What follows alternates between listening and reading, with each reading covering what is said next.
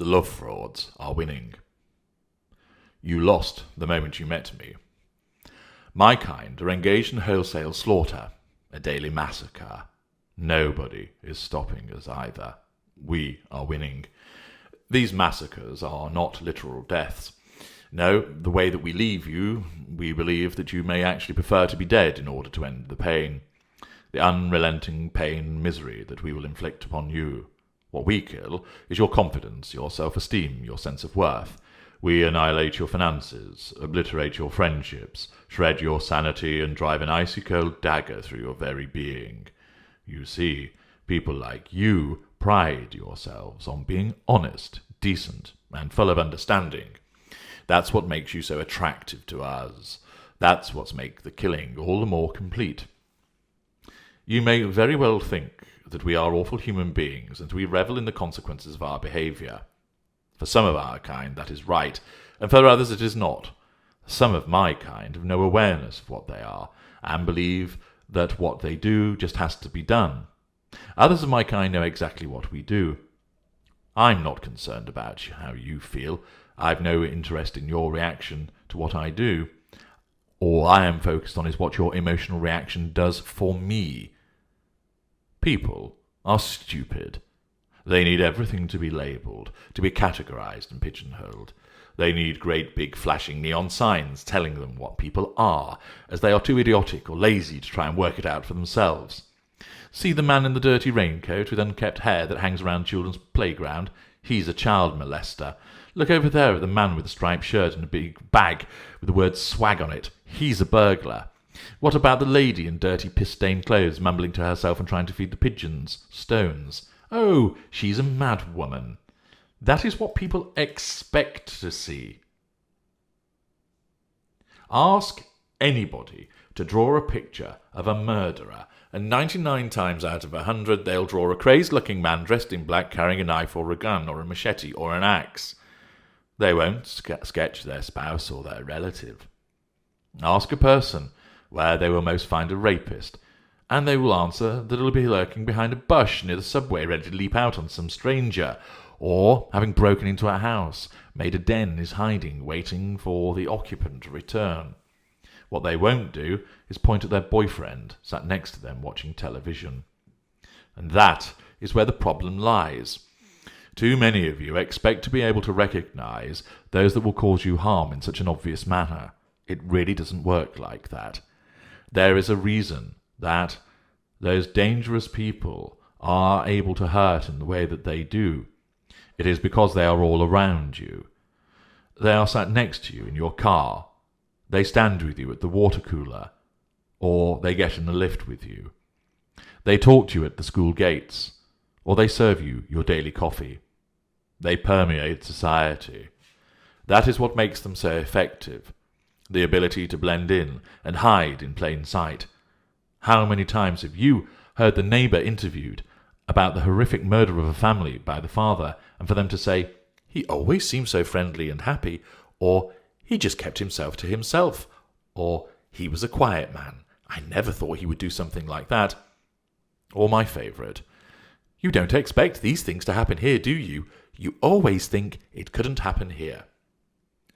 These people appear innocuous because they're so ordinary and fit in with their surroundings. They've masked what lurks beneath. These people, the drug dealers, the killers, and the abusers, were ordinary people. They were themselves, and they made no difference to hide or be different. This is what makes us so dangerous.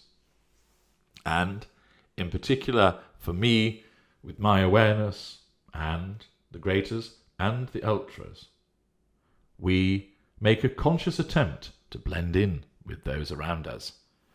I am a shapeshifter.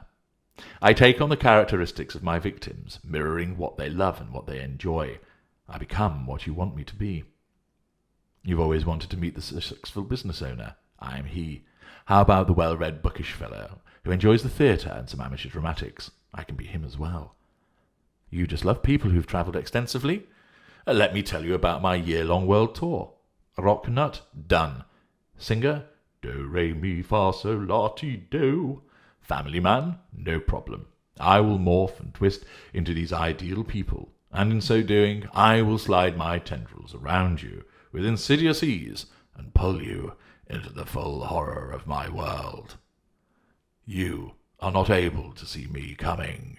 I hide behind 1,000 masks. The bad people that I have described earlier make no real effort to inveigle their way into your world. They're already there. They are part of your day-to-day life, and you are unlucky that you just happened to be near them when they struck. I am completely different. I have come after you. I have marked you out as my prey, and circled you, preparing to strike.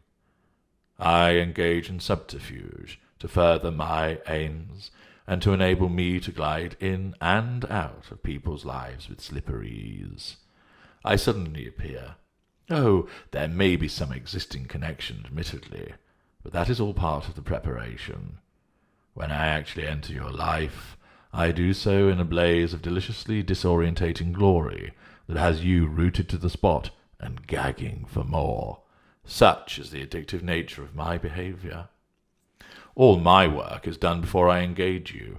That is why your execution takes place the moment that we met. All else that follows is merely your elongated death throes, and believe me, do I like to drag them out for the maximum of effect. I even pretend to try and resuscitate you from time to time. That's just a ruse, to enable me to suck more of the life from you. You may regard that as twisted. I really don't care. So long as I can control you, so long as I am able to feed, that is all I care about. I must feed, each and every moment, to try and satiate this insatiable hunger that rages inside me. I believe that the hunger can be sated, but somehow it never seems to be the case. Thus my killing goes on and on and on, victim after victim piling up. And the beauty of it all is that I merely slip on another mask and melt away to find another unfortunate. I walk away, leaving chaos and destruction in my wake, but I never look over my shoulder. Should you fear me? Absolutely. Sadly for you, you don't know what to look for, because I don't come into your life wearing a warning. Once I have emotionally slain you, only then might you recognize the danger a second time. But of course, by that point, the damage is done. Amazingly, some of you come back for more. Incredible, isn't it? Sometimes it is with me, or sometimes with another of my kind. The effect is the same, however, another excruciating death. The beauty of all of this is that nobody can touch me. Those who might try to bring the sanction of criminal penalties against me fail. They either won't do it because they still love me, or that somehow they think they can save me, and they would rather do that. There are others who are so broken they blame themselves and not me. Others again are so utterly destroyed that they do not have the strength to take action. The few that do not fall at these hurdles soon realize that my innate charm, my myriad of lies and irresistible powers of persuasion mean that actually getting the criminal law to apply to me is nigh on impossible. It's only right. The rules are not meant for me.